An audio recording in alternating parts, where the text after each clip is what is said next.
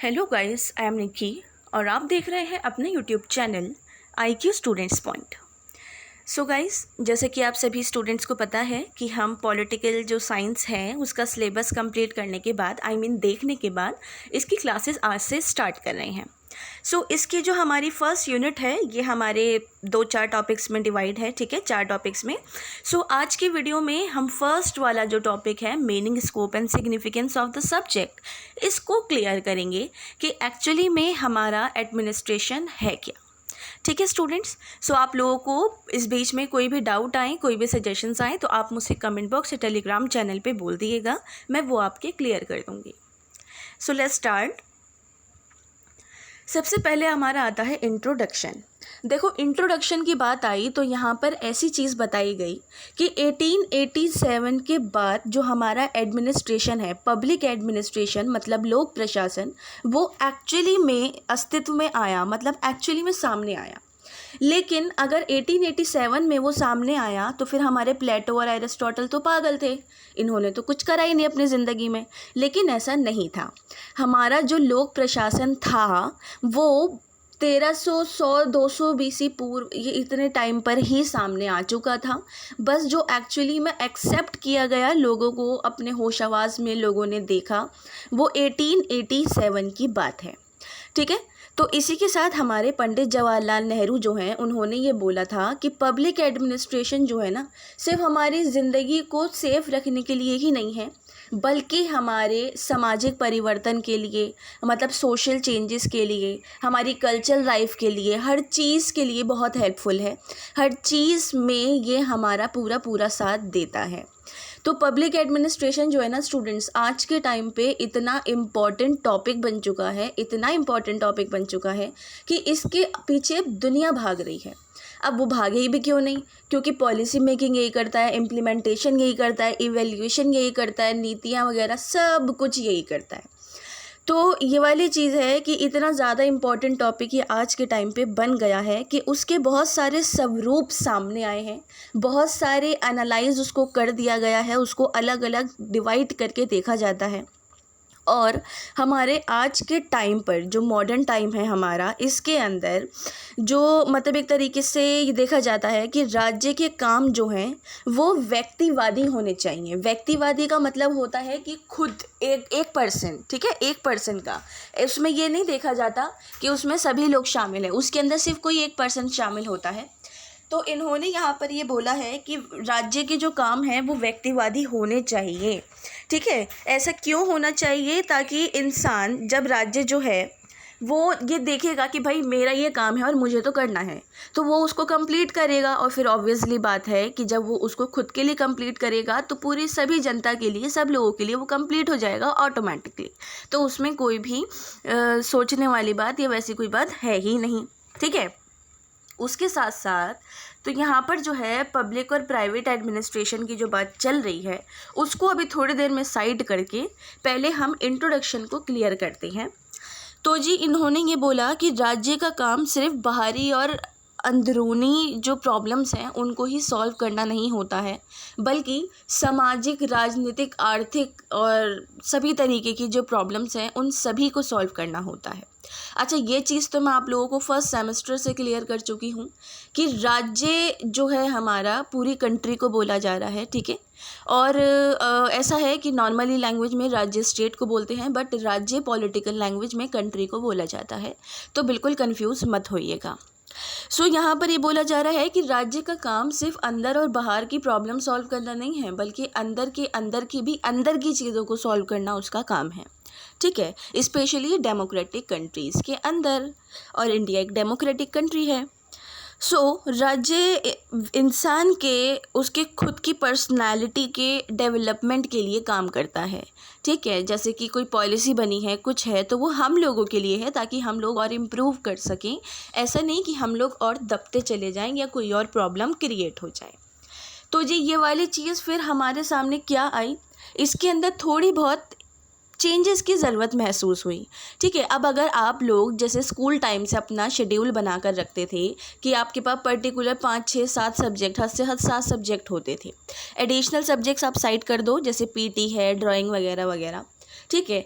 तो अगर चलो उन सबको मिलाकर भी 10 सब्जेक्ट मान लो, तो उनके हिसाब से आपका शेड्यूल होता था, ठीक है। सो ये शेड्यूल है, मुझे आज घर जाके पूरा दिन ये करना है, क्योंकि सभी रोज़ काम देते हैं, होमवर्क देते हैं। उसके बाद जब आप कॉलेज में आए तो आपके कॉलेज के हिसाब से आपका जो शेड्यूल था वो चेंज हो गया, क्योंकि आपके पास सब्जेक्ट्स कम हो गए, लेकिन टाइम की कमी हो गई, क्योंकि इनको आपको अच्छे से डीपली पढ़ना है।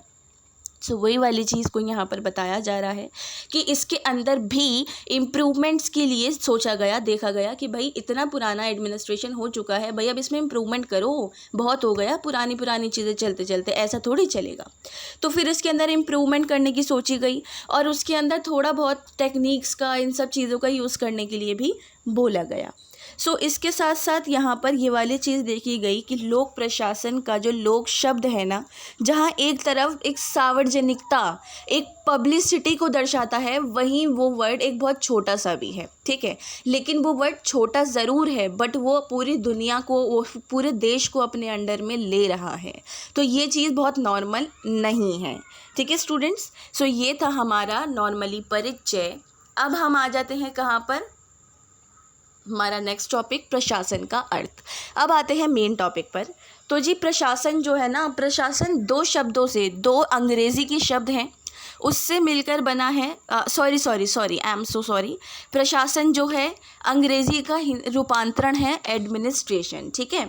एडमिनिस्ट्रेशन को इंग्लिश में कहते हैं और प्रशासन को हिंदी में कहते हैं। लेकिन ये एडमिनिस्ट्रेशन शब्द जो है ना, वो लैटिन भाषा के 2 शब्द एड प्लस मिनिस्टर्स से मिलकर बना है, जिसका मतलब है लोगों की देखभाल करना, या फिर एक व्यक्ति के द्वारा दूसरे व्यक्ति की रक्षा करना, ठीक है। इसका मतलब ये निकल कर सामने आता है, इसलिए एडमिनिस्ट्रेशन इसको नाम दिया गया। उसके साथ साथ इसके काम करना, फिर काम करने के बाद मतलब पूरी बैठक बिठाना, फिर पॉलिसी मेकिंग करना, फिर उसको लागू करना, इम्प्लीमेंट करना, फिर उसका मूल्यांकन करना, इवैल्यूएट करना, सब काम हमारे एडमिनिस्ट्रेशन का ही होता है, ठीक है। सो इसके अनुसार हर्बर्ट साइमन ने कुछ बोला। हर्बर्ट साइमन कहते हैं कि अपने व्यापक रूप में प्रशासन की व्याख्या उन समस्त सामूहिक क्रियाओं से की जा सकती है जो सामान्य लक्ष्य की प्राप्ति के लिए सहयोगात्मक रूप में प्रस्तुत की जाती है, ठीक है। मतलब ये वाली चीज़ इन्होंने बोली है कि अपने अंदर एडमिनिस्ट्रेशन जो है ना, अपने अंदर उन सभी चीज़ों को शामिल करता है जो सामूहिक क्रियाएं, मतलब सोशल एक्टिविटीज़, हम लोगों की चीज़ों को पूरा करने के लिए कोशिश करता रहता है, ठीक है। मैंने इंग्लिश और हिंदी दोनों में यहाँ पे डेफिनेशन आपको दे दी है, इसको डिक्टो आप चिपका लो अपनी कॉपी के अंदर। नेक्स्ट है हमारे निग्रो बोलते हैं कि प्रशासन लक्ष्य की प्राप्ति के लिए मनुष्य और सामग्री दोनों का संगठन है, ठीक है। निग्रो ने बोला कि प्रशासन जो है ना, हमारे गोल्स को पाने के लिए और इंसान को एक तरीके से बनाने के लिए और आगे बढ़ाने के लिए उन दोनों सामग्री का संगठन है, ठीक है। सो यहाँ पर भी कन्फ्यूजन दूर हो गई। निग्रो बहुत सीधी सी नॉर्मल सी एक बात कह रहे हैं, इसके अलावा इन्होंने और कुछ नहीं बोला है। बहुत सिंपल सी बात इन्होंने बोली है कि एडमिनिस्ट्रेशन जो है अपने गोल्स को पाने के लिए और लोगों को पाने के लिए और लोगों को मतलब एक तरीके से इम्प्रूव करने के लिए, उनको आगे बढ़ाने के लिए, उनके डेवलपमेंट के लिए काम करता है, वही हमारा एडमिनिस्ट्रेशन कहलाता है, ठीक है जी। ये था हमारा नॉर्मल सा एडमिनिस्ट्रेशन। अब आ जाता है हमारा पब्लिक एडमिनिस्ट्रेशन, मतलब लोक प्रशासन।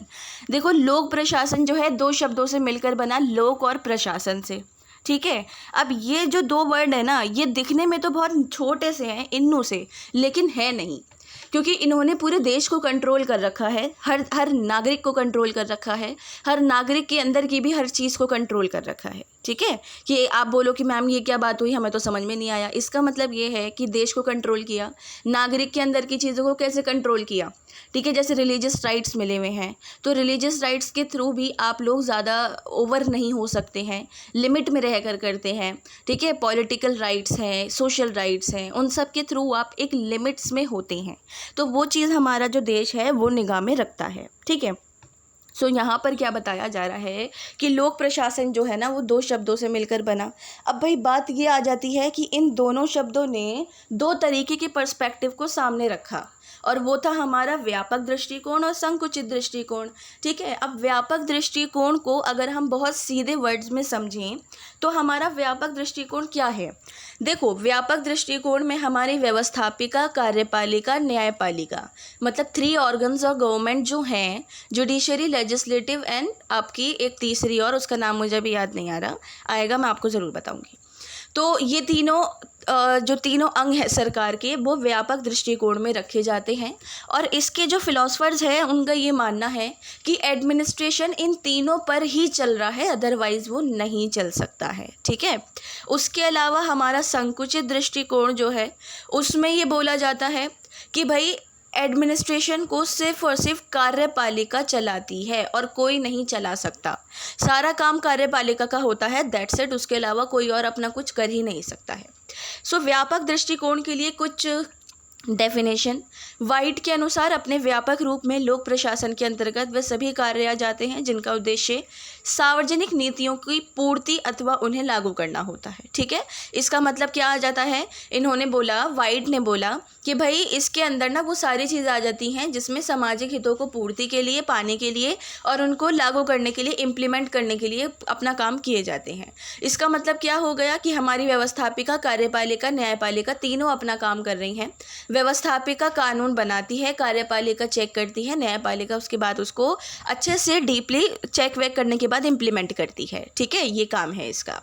नेक्स्ट हमारे फिफ्नर बोलते हैं कि लोक प्रशासन में सरकार के सभी कार्य आ जाते हैं, भले ही वह किसी स्वास्थ्य की प्रयोगशाला में एक्सरे यंत्र का चलाना हो या टकसाल में सिक्कों का ढालना हो।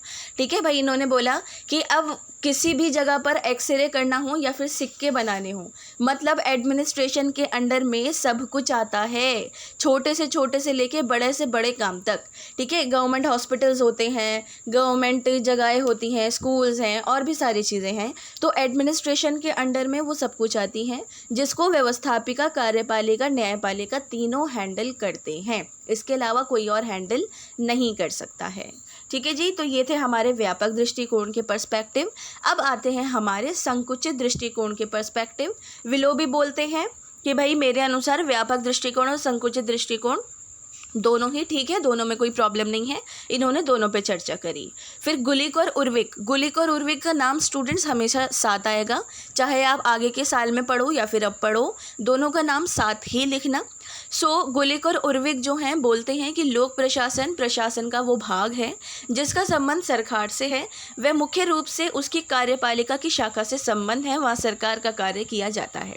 मतलब इन्होंने बोला कि कार्यपालिका का तो बहुत बड़ा रोल है भाई, वो तो पॉलिसी मेकिंग करती है, तो फिर तुम उसको पीछे कैसे रख सकते हो।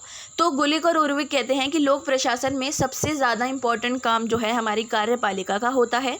कार्यपालिका सरकार का वो भाग है जिसके बिना सरकार अधूरी है। गुलिक और उर्विक ने ये वाली बात बोल दी है। तो स्टूडेंट्स, ये गुलिक और उर्विक ने अपने यहाँ पे किस्सा ख़त्म कर दिया और आपकी मीनिंग और स्कोप्स और सिग्निफिकेंस जो हैं वो ख़त्म हो चुके हैं। नेक्स्ट जो है आपका नेक्स्ट क्लास में हम पब्लिक एंड प्राइवेट एडमिनिस्ट्रेशन पढ़ेंगे और उसके बाद के आगे के टॉपिक्स को कंटिन्यू करेंगे। होप्स हो कि आज की क्लास के रिगार्डिंग आप लोगों को कोई डाउट नहीं रहा हो। इनकेस कोई भी डाउट हो या सजेशंस हो तो आप मुझसे कमेंट बॉक्स या टेलीग्राम चैनल पे पूछ सकते हैं। So thanks for the watching and best of luck all.